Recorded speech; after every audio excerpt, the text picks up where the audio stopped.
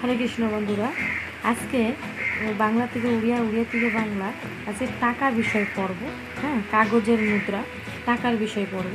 যেমন বাংলাতে কি বলা হয় আর উড়িয়াতে কেমন বলা হয় সেই বিষয় পড়ব। যেমন এখানে 1 টাকা, উড়িয়াতে বলা হবে টঙ্কাটি, টঙ্কাটি বা 1 পয়সা, 1 টঙ্কা।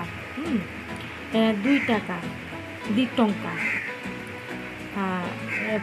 5 টাকা, 5 টঙ্কা। 10 টাকা, 10 টঙ্কা। টাকাকে টঙ্কা বলতে। এটা 20 টাকা, 20 টঙ্কা। 50 টাকা, 50 টঙ্কা। এটা 100 টাকা, 100 টঙ্কা। এটা 500 টাকা, 500 টঙ্কা। এটা 2000 টাকা, 2000 টঙ্কা। নেক্সট ভিডিও আমরা